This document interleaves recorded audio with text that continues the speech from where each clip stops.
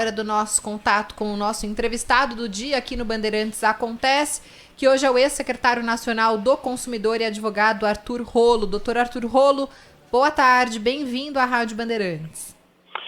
Boa tarde, Bruna, boa tarde também à Sônia e ao Cláudio.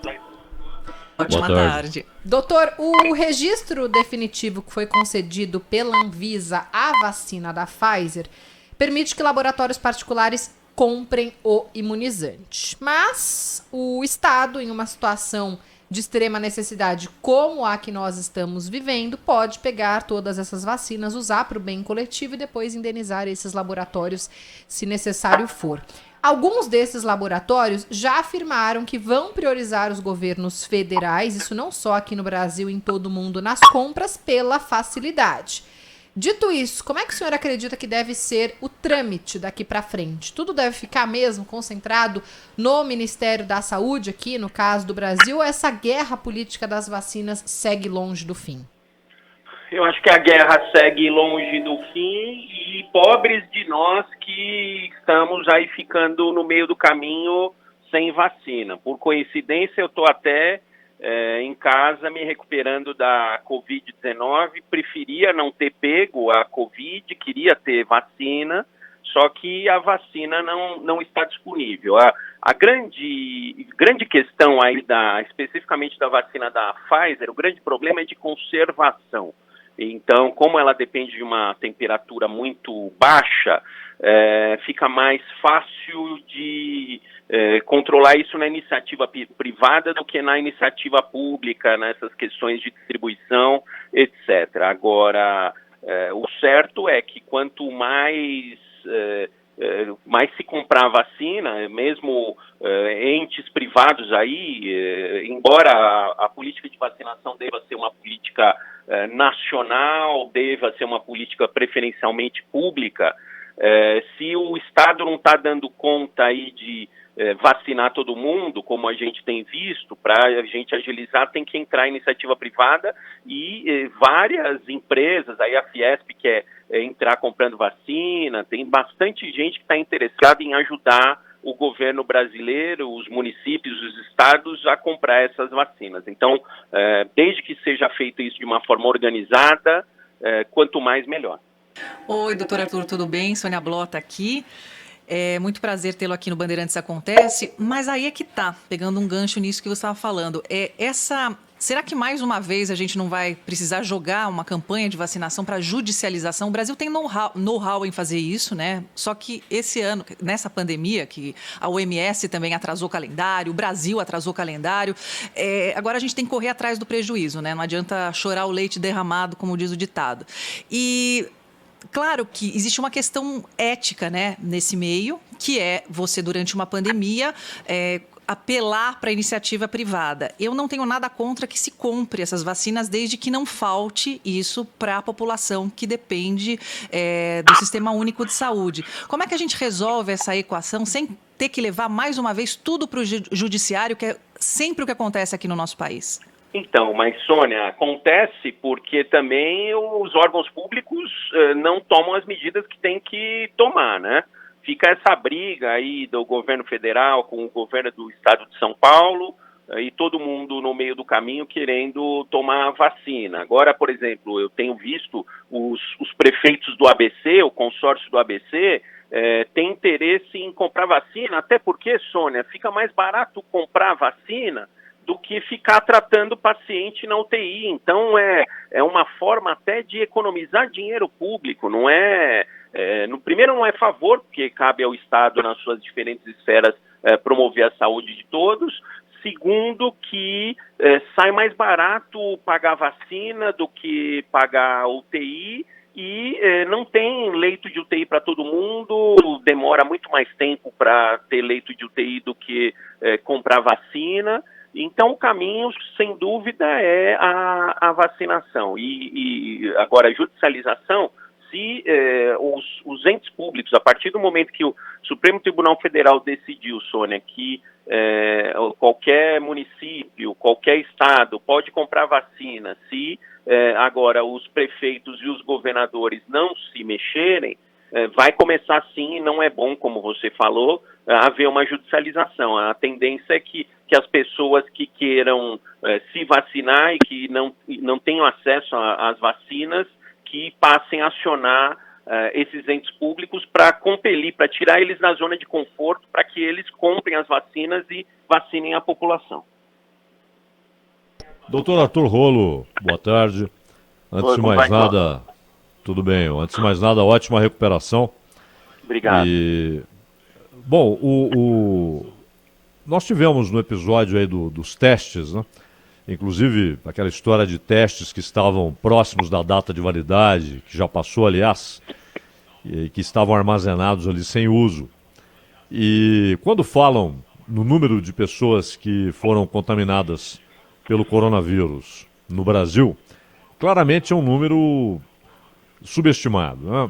Porque o número é muito maior, simplesmente a falta de testes. E é possível fazer o teste pagando. Vários laboratórios fazem testes, alguns confiáveis e tal, e caros. Em alguns lugares mais de R$300, em alguns lugares mais de R$200. E interessante que quando houve em fevereiro, janeiro e fevereiro, o aumento considerável do número de casos, houve também aumento do preço cobrado nesses laboratórios para a realização do teste. No caso específico do teste, e aí o senhor fique à vontade para fazer uma ponte com o assunto vacina, não tem havido um descaso do poder público pela falta de testes gratuitos no Brasil?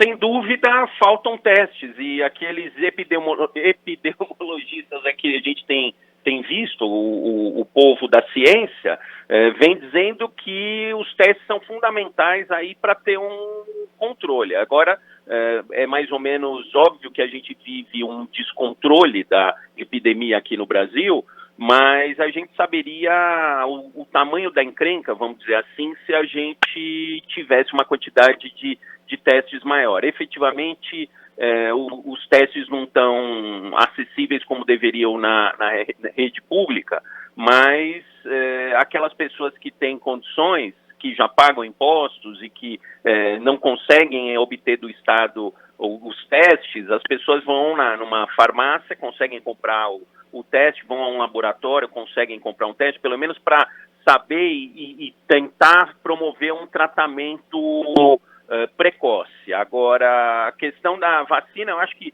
os testes naquele primeiro momento também não tinha testes para todos os países, agora é fácil de comprar, agora a gente consegue ir numa farmácia, por exemplo, comprar um teste aqui no Brasil. Agora, a vacina, a tendência é que, aumentando o número de fornecedores de vacina, aumentando a quantidade, aí o Brasil também entrando nessa produção de vacinas como está entrando. Aí a ideia é que tenha também disponibilidade na rede privada. Eu acho o ideal era que o Estado conseguisse assegurar isso para todo mundo, mas a gente sabe que o cobertor do Estado, Zaidan, é um cobertor curto. Então, se os particulares tiverem condição de entrar nisso e aí pessoas que têm condição consigam liberar o Estado para vacinar mais rápido a população mais humilde, eu não acho ruim, não.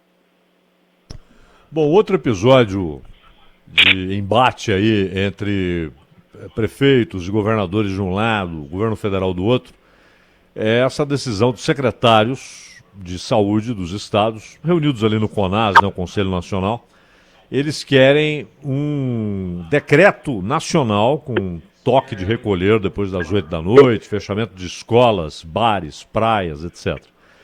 E no caso da vacina, e também estendendo para seringas e agulhas, como o senhor disse, há o perigo, sim, de uma judicialização.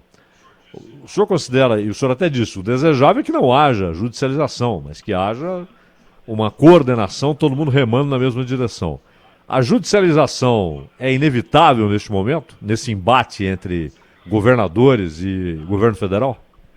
Eu acho que dá para evitar mais um pouquinho, mas assim, a gente precisa ter, o governo federal está batendo cabeça já tem algum tempo, tem essas questões de política, começou com a cloroquina, eu que estou com Covid, se eu vou tomar cloroquina, azitromicina, eu vou tomar o que tiver que tomar para eu ficar bom e que não tenha efeito colateral, desde que tenha resultado prático. Então, para quem está doente, para a população, não importa o remédio que se vai tomar, não importa a vacina. É óbvio que se tem uma vacina que tem 70% de eficácia, uma que tem 55% de eficácia, mas é melhor tomar uma que tenha 55% de eficácia logo, porque ela também diminui os casos severos. A gente está com um problema muito grande de internação em UTI. Então, eu acho ainda que não é o momento de judicializar, mas com essas decisões, dizendo que os entes públicos têm que se mexer, têm que comprar vacina, existem vacinas disponíveis no mercado. Aí os prefeitos, os governadores vão ter que tomar alguma atitude, e o ideal seria que essa atitude fosse uma atitude coordenada, fosse uma compra coordenada, para ninguém não pagar um valor diferente do outro, para ter uma forma de conservação correta dessas vacinas, para ter um trato correto dessas vacinas. Então, o Ministério da Saúde tinha que estar capitaneando isso, só que a gente tem visto que isso não está acontecendo. Existe até uma reticência, aí uma relutância do governo federal em relação à vacina, desde o começo achando que isso era uma gripezinha e etc. E gente morrendo já estamos indo aí para 260 mil mortes, quer dizer, é um absurdo a quantidade de gente que a gente está perdendo de forma desnecessária. Pois é, doutor Arthur Rollo, a gente agradece muito a sua entrevista, a sua participação aqui no Bandeirantes Acontece. Desejamos todos uma ótima recuperação da Covid-19. Sabemos que não é algo fácil, mas o senhor vai conseguir. E volte sempre aqui no nosso programa. Obrigada, doutor. Boa recuperação.